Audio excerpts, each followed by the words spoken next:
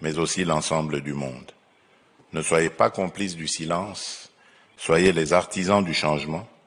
Nous ne pouvons plus nous permettre d'attendre. L'histoire nous observe.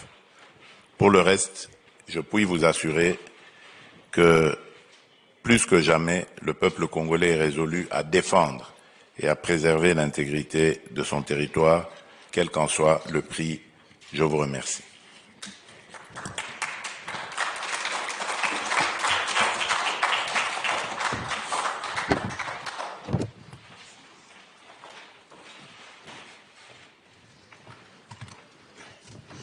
Thank you, Mr. President. So I guess you've outlined a number of important points there, but what, in your view, is needed to stop the fighting? Qu'est-ce qui est nécessaire pour mettre fin à la guerre?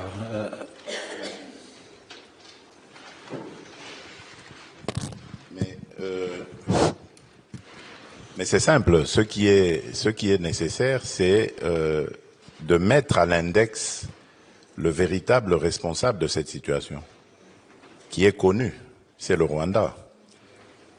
La communauté internationale s'est pris de pitié, comme nous tous à l'époque, en 1994, lorsque le Rwanda a été victime de génocide.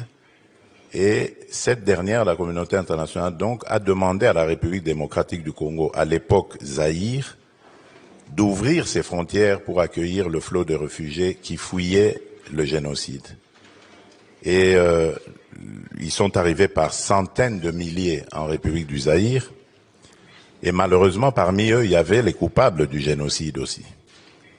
Plus tard, le Rwanda obtiendra le droit de poursuite de ces génocidaires sur le sol congolais. Incroyable. La communauté internationale a complètement démissionné de sa mission, en laissant un État, un régime, régler ses comptes. Et il y a eu des massacres de populations entières, y compris des populations congolaises. Et on s'est tué au nom de la culpabilité que la communauté internationale ressentait sur le génocide rwandais. Mais le Congo n'était pas coupable ni complice de ce génocide. Car depuis lors, malheureusement, les malheurs qui étaient au Rwanda se sont invités en République démocratique du Congo. Et depuis 30 ans, l'enfer s'est installé à l'est de la République démocratique du Congo. Et donc, on a laissé faire le Rwanda qui, en venant comme ça, a découvert qu'il y avait la possibilité de déstabiliser d'abord le régime. Donc ils ont déstabilisé le régime du maréchal Mobutu en installant Laurent Désiré Kabila, pensant qu'avec lui, ils pouvaient donc exploiter tranquillement les ressources de la République démocratique du Congo. Mais lorsque Laurent Désiré Kabila s'y est opposé, on l'a abattu pour laisser la place à un autre régime qui, lui, s'est montré beaucoup plus malléable, beaucoup plus compréhensif, celui de Joseph Kabila donc, et a laissé faire, on va dire, beaucoup de choses. Et le Rwanda donc a pris de l'assurance, le Rwanda a développé son économie, renforcé son économie avec le produit des pillages de nos ressources naturelles. Et avec l'œil, le regard complice de la communauté internationale, puisque ces produits, ils les revendaient à des grandes multinationales et à des États qui ont acheté tout ça et conforté la position du Rwanda. Et aujourd'hui, nous avons le résultat qui est là. Il faut que cette communauté internationale accepte de reconnaître ses responsabilités et règle cette question en même temps que nous. You spoke of the risk of a wider regional war. Vous avez évoqué un scénario où la guerre va élargir, il y aura une guerre, si j'ai bien compris, régionale. Comment vous expliquez ça? Tout simplement parce que le Rwanda a des velléités expansionnistes. Depuis quelques années maintenant, le discours du régime rwandais est de dire qu'une partie de la République de l'Est de la République démocratique du Congo, notamment les territoires de Masisi et de Rutshuru, ont jadis appartenu au Rwanda, au royaume du Rwanda. Ce qui est une aberration, ce n'est pas vrai. Mais cela indique très clairement les intentions. En fait, dans le Masisi, il y a une mine dans un lieu, une localité appelée Rubaya, et c'est là qu'on trouve les minerais de coltan et des 3T, les trois matières très prisées, tungstène, étain et tantale. Et ce sont ces trois matières qui entrent dans la composition de toute la production des appareils technologiques de nouvelles gammes et tout ça.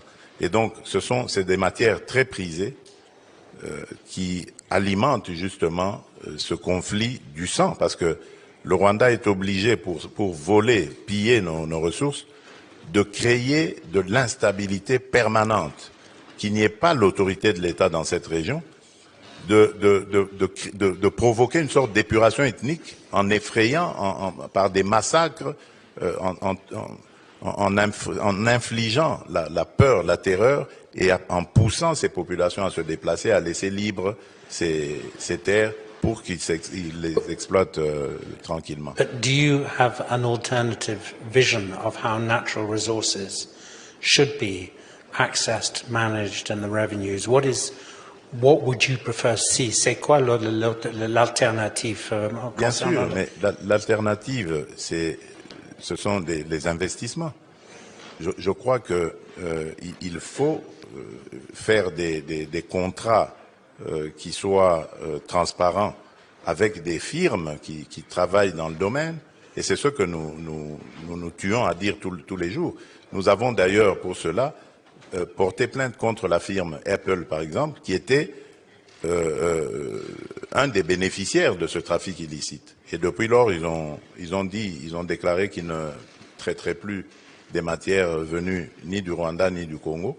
Et donc, nous pensons que nous l'avons fait non pas pour punir Apple, mais pour attirer son attention et la diriger vers les autorités compétentes qui peuvent conclure ce genre de contrat en bonne et due forme. Et c'est ça qu'il faut faire. Installer des entreprises qui pourront investir et exploiter ces richesses en les produisant et en les transformant sur place au mieux pour créer de la richesse intérieure et créer des emplois. Et c'est comme ça que nous pensons, pacifier la région, parce que tous ces jeunes qui vont venir pour chercher du travail, qui vont entrer dans ce circuit professionnel, ne seront plus attirés par les activités dans les mines ou alors par des activités dans les groupes armés. Donc cela aura l'avantage de ramener une sorte de paix et de stabilité dans la région. Mr. President, you said that the international community had a choice of being spectators or to engage in a responsible manner. And there's a meeting in Addis Ababa, I think today or tomorrow, and then you also have some demain. And then here in Munich, we have some very distinguished leaders from the United States and from the European Union. What is your message to the African Union, and what is your message to other international partners in terms of taking action? Oui. Mais le premier message, puisque vous parlez de l'Union européenne, c'est déjà de lui dire de mettre fin à cet accord scandaleux et inacceptable de rachat des matières précieuses, de matières minières critiques, de l'achat au Rwanda de ces matières matières précieuses. Parce que tout simplement, le Rwanda n'a dans son sous-sol aucune de ces matières. Donc ça, c'est le message, le premier que je donnerai. Ensuite, c'est celui de dire, aujourd'hui, il y a un drame humanitaire qui se passe sous nos yeux. Et ces populations qui, déjà, avant la chute de Goma, s'étaient agglutinées autour de la ville de Goma par millions, dans des camps de fortune, ont été sommés de quitter ces camps et de retourner dans leur localité d'origine, sans transport, sans garantie de trouver quoi que ce soit là-bas, parce que leurs champs ont été détruits, les écoles et tout ça. Et il y a des enfants parmi eux, donc qui vont devoir refaire la route jusqu'à leur localité, avec toute l'insécurité qui peut subvenir, parce que c'est une zone de guerre. Donc le drame humanitaire que l'on déplorait déjà il y a quelques mois autour de la ville de Goma risque de s'accentuer. Donc il y a une urgence. Ça, c'est ce que je lancerai aussi comme appel. Donc, dans les semaines qui arrivent. Absolument. Même aujourd'hui. Même dans les jours qui arrivent, il faut très vite intervenir parce que dans leur folie meurtrière, ces envahisseurs ont demandé à toutes ces populations de rentrer sans organiser leur retour. Et il y en a qui ne savent pas où aller et qui ne savent que faire parce que il n'y a rien à destination pour vivre. Dans ces camps-là, au moins, il y avait de l'aide humanitaire qui leur permettait de manger et de vivre plus ou moins, même si les conditions n'étaient pas décentes. Mais là, il n'y a rien. Il y a des jours et des jours de marche sans garantie de pouvoir trouver quoi que ce soit pour se nourrir. Alors, et à Addis Ababa? À Addis Abeba, il y a une réunion de la commission paix et sécurité soir. Oui. Nous attendrons pour voir ce qu'il y a. La première ministre, chef du gouvernement de la République démocratique du Congo, y est. En tout cas, elle est là pour porter la voix de notre pays. Moi, je suis venu ici pour rencontrer justement les décideurs européens et américains afin que les pressions s'accentuent et pourquoi pas les sanctions même tombent sur le Rwanda. Parce que quand on regarde notre situation à côté de celle de l'Ukraine et de la Russie, on croirait être dans deux mondes différents, oui, alors que c'est pratiquement la même chose. Vous avez l'impression que le monde ignore ce qui se passe. Chez nous, c'est pire parce que c'est un conflit qui date depuis 30 ans maintenant. Bien sûr. Alors que la Russie et l'Ukraine, la guerre est intervenue, on va dire, grosso modo, en 2022, même si déjà depuis 2014, il y avait certaines velléités. Mais quand on voit la rage qu'on a mis à régler les comptes de la Russie par rapport à l'ignorance qu'il y a ou à l'oubli par rapport à notre conflit, il y a lieu de se poser la question de savoir si ce ne sont pas des mesures de deux poids et deux mesures. C'est pour ça que je parlais dans mon panel précédent d'un multilatéralisme qui est en panne, qui a de sérieux problèmes de fonctionnement. Alors, si vous me permettez, Monsieur le Président, je vais inviter des questions, s'il y en a. Y a-t-il des questions à poser au Président? Non? Si. Alors, là, au quatrième rang. Bonjour encore, Monsieur le Président. Moi, je m'appelle Nimefo, journaliste à Deutsche Welle. La question que je voulais poser, c'est sur le M23. Vous avez carrément dit qu'il n'y a pas de discours entre vous et la M23. Est-ce que ça, c'est une bonne stratégie pour la réconciliation et pour trouver des solutions sur la situation en RDC? Ça, c'est ma première question. Et la deuxième question, c'est, vous avez parlé de la nécessité des investissements en RDC, mais il y en a eu. Il y a eu la Chine et d'autres pays aussi ont investi en RDC. Il n'y a pas eu beaucoup de changements au pays en termes de l'éducation, en termes de la route, en termes de l'amélioration de la condition de vie des citoyens.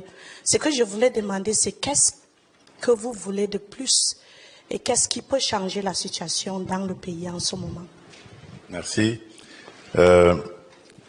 Déjà, par rapport à la première question, vous devez savoir que ce n'est pas une question d'ego, une question d'orgueil ou d'arrogance lorsque nous refusons de parler directement avec le M23.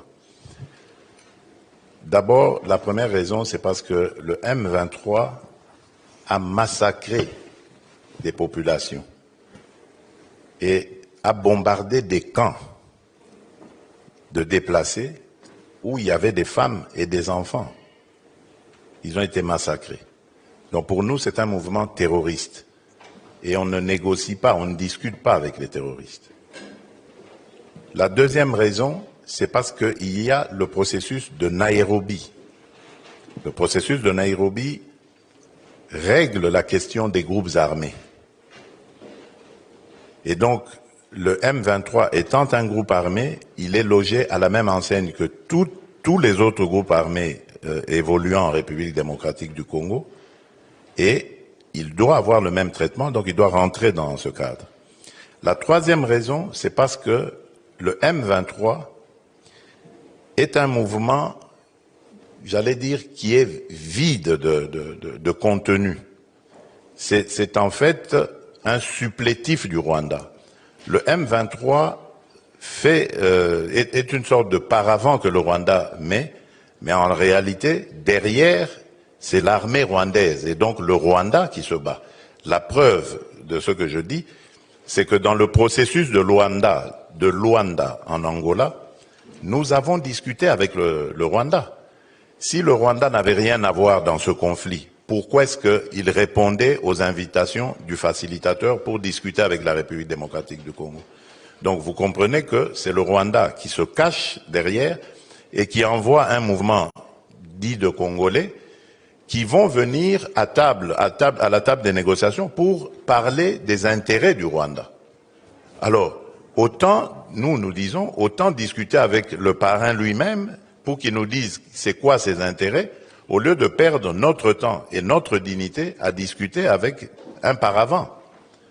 Donc voilà la raison pour laquelle nous le disons.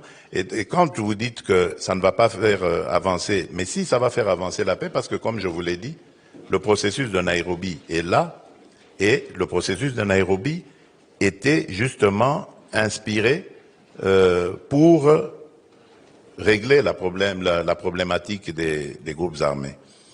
Alors, par rapport aux investisseurs, vous avez parlé des Chinois et autres. Vous avez raison. Ça n'a pas ces investissements ou ces exploitations des mines, des minerais congolais avec des contrats chinois ou autres n'ont pas donné grand-chose. Mais vous avez raison. Lorsque je deviens président, justement, en 2019, bon, on a eu malheureusement l'année de Covid qui a paralysé le commerce international pendant à peu près 2 ans, 2020-2021. Mais en 2021, je prends langue avec les Chinois pour leur dire que je n'étais pas d'accord avec la manière dont notre partenariat était entrepris. Et donc, pour moi, il était question de revoir les termes de tous ces contrats qui avaient été signés avant mon avènement et d'aller sur des modèles qui seraient gagnant-gagnant, avec la possibilité donc pour nous Congolais, comme je l'ai dit tout à l'heure dans ma précédente intervention là, d'aller sur des modèles gagnant-gagnant, qui ferait que nous allons développer ces produits. Donc en plus de les avoir produits, nous les transformons dans notre propre pays. Et comme ça, nous ajoutons une valeur à ces produits qui créent donc de la richesse, qui créent de l'emploi. Le seul défi que nous avons aujourd'hui, c'est le défi énergétique, parce que ces minerais, vous pouvez vous l'imaginer, demandent beaucoup d'apports en énergie pour pouvoir être extraits du sous-sol et également transformés. Donc nous sommes dans un processus qui va nous amener à ces étapes-là qui nous permettra de créer une chaîne de valeur à l'intérieur même de notre pays. Et cela, vous verrez, aura un impact positif sur l'économie et le social. Donc c'est un processus qui est entamé. Malheureusement, il va être interrompu de nouveau à cause de ces guerres stupides et injustes qu'on nous impose, parce que nous serons obligés maintenant de mobiliser les ressources que nous avions peut-être préparées ou prévues pour la construction d'infrastructures d'énergie, des infrastructures routières et autres, pour renforcer les capacités de notre armée de défense et ainsi pouvoir faire face à cette agression.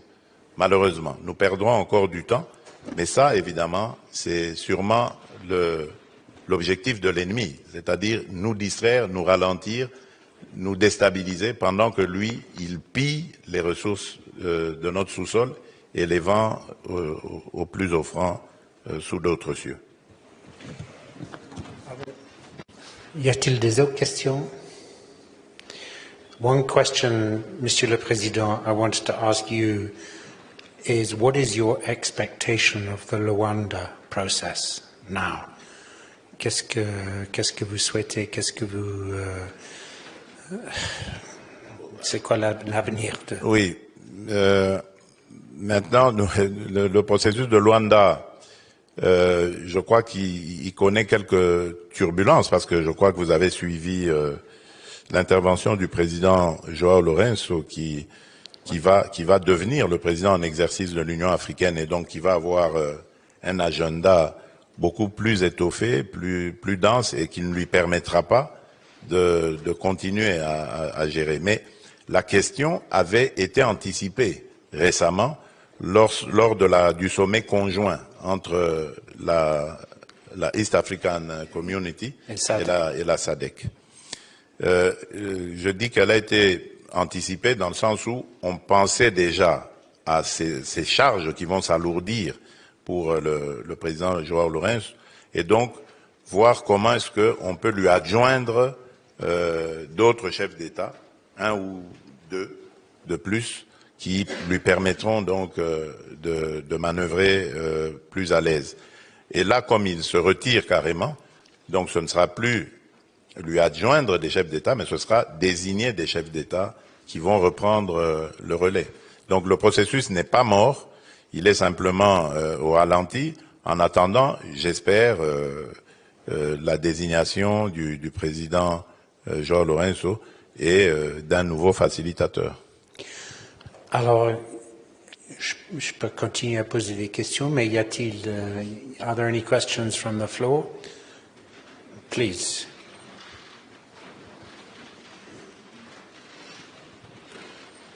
Hi, Mr. President. Thank you.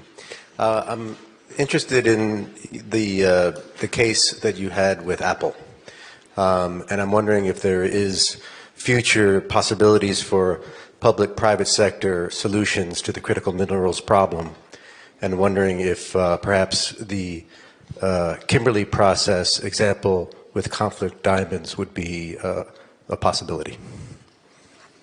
Oui, moi je pense que vous avez raison, et je l'ai déjà dit d'ailleurs, il faut aussi, pour les autres minerais, coltan, or, cassitérite, en fait, on peut en citer, il faut peut-être aussi un processus de Kimberley pour ces minerais-là aussi.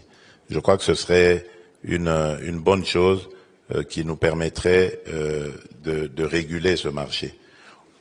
Où il faut une identification par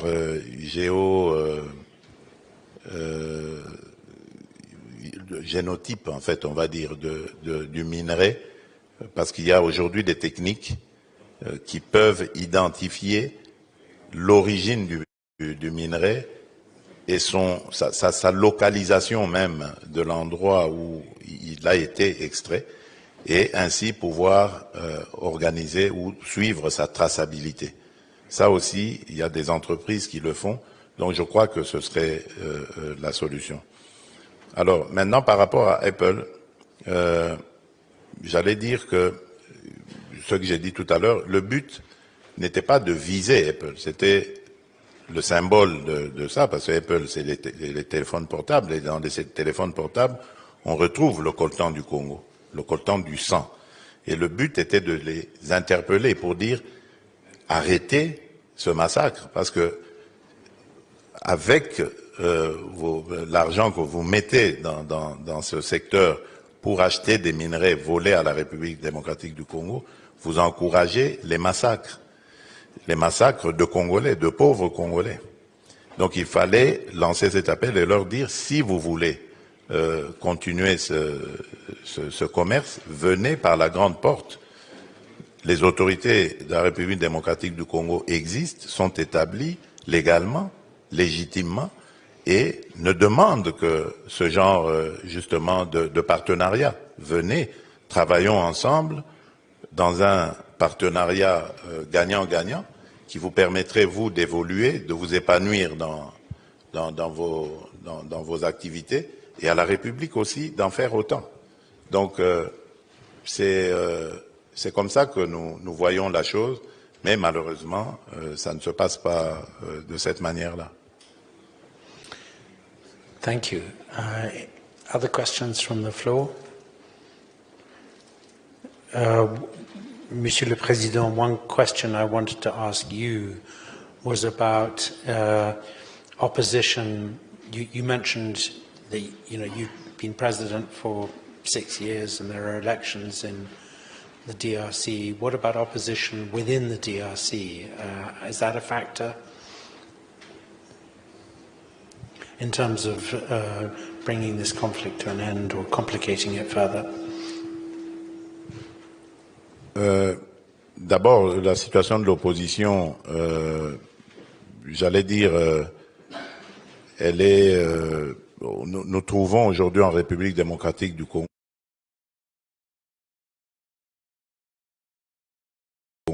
deux sortes d'opposition. À ces activités normalement, qui a participé aux dernières élections à chance égale avec le président sortant et qui a perdu ces élections de manière claire. Et cela a été reconnu par tous les observateurs sérieux. Et il y a une autre opposition, celle du pouvoir de mon prédécesseur, qui a refusé complètement d'entrer dans le processus, de participer au processus électoral, a refusé parce que, justement, elle préparait la déstabilisation, qui devait normalement intervenir depuis 2023 pour empêcher la tenue des élections. Mais comme ils n'ont pas réussi à le faire, donc les élections ont quand même eu lieu, et c'est maintenant qu'ils trouvent le moyen de se rallier au Rwanda et à ce M23 et AFC pour nous faire la guerre et déstabiliser le pays. Donc ce sont ces deux oppositions-là. Alors, lorsque vous demandez si ils ont comment vous avez dit ça, une sorte d'influence sur les choses, bien sûr, puisqu'ils ont une capacité de nuisance, ils l'ont démontré en s'alliant au Rwanda et en déstabilisant le pays. Mais moi, mon rôle, c'est de mettre tout le monde devant ses responsabilités. L'histoire nous jugera. Parce que ceux qui sont victimes aujourd'hui de ces dérapages, j'allais dire, de l'opposition, ce sont des Congolais. Et ces Congolais-là jugeront ces gens. Un jour, ils sauront qui a fait quoi. Je le dis ici, la démocratie dans notre pays ne s'est jamais aussi bien comportée que sous ma présidence. Dans ce pays-là, quand nous étions dans l'opposition, les opposants étaient assassinés. On entrait, le pouvoir envoyait des hordes de policiers, de militaires dans les églises pour abattre des opposants. Les manifestations étaient interdites. À chaque fois qu'il y avait des manifestations, on devait dénombrer des morts. Aujourd'hui, ça n'existe plus. Toutes les manifestations se passent sans encombre. les droits et les libertés sont respectés. Bien entendu, les dérapages sont sanctionnés parce qu'il ne faut pas confondre opposition et anarchie. Donc, ceux qui font de l'anarchie, ils sont convoqués au tribunal et vont se justifier. Donc, je n'ai absolument pas l'impression que l'opposition qui a pris les armes, qui a fomenté avec le Rwanda ce coup contre la République, est dans son bon droit. D'ailleurs, la preuve, c'est que les vrais commanditaires se cachent. Et le vrai commanditaire de cette opposition, c'est mon prédécesseur, c'est Joseph Kabila. Mais il ne l'avoue pas. Il n'assume pas ses actions. Voilà. Well, we're coming to an end. Is there one more question? Because otherwise I would, Mr. President, to end where we started, the human tragedy in your country, the number of people being killed, the number of women in particular who have been victims of sexual violence, the number of displaced, and yet we're living in a moment where availability of humanitarian support is going down, and where there are huge demands on rich countries, for other crises. Have you, in your conversations here in Munich, been talking to Americans, Europeans? I see many leading figures from the Middle East about the need to attract more support in this area and more action. Bon, oui, j'ai parlé à des Américains, des Européens et bientôt même des gens du Moyen-Orient, mais plus diplomatie et politique que humanitaire, parce que je ne pense pas que ils avaient des réponses à mes besoins humanitaires. Mais le message est quand même passé parce que j'ai... Vous n'avez pas de réponse parce qu'ils n'ont pas les moyens ou ils ne sont pas au courant ou... Non, je suppose qu'ils n'ont... Parce qu'ils ne sont pas dans le domaine. Ceux que j'ai vus ne sont pas dans le domaine humanitaire. Ah bon, ok. Voilà. Oui. Mais j'ai fait quand même passer le message pour que, à leur tour, ils le répercutent auprès de ceux qui ont les moyens de mobiliser, des moyens à mobiliser pour régler le drame humanitaire que vivent nos populations en ce moment. Donc je n'ai pas parlé de ça directement à eux parce que ils n'en avaient pas la capacité, quoi. Ok. Bon, alors il reste à moi de vous remercier, Monsieur le Président. Merci beaucoup d'être parmi nous. Et oui. Je ne sais pas si vous avez un message en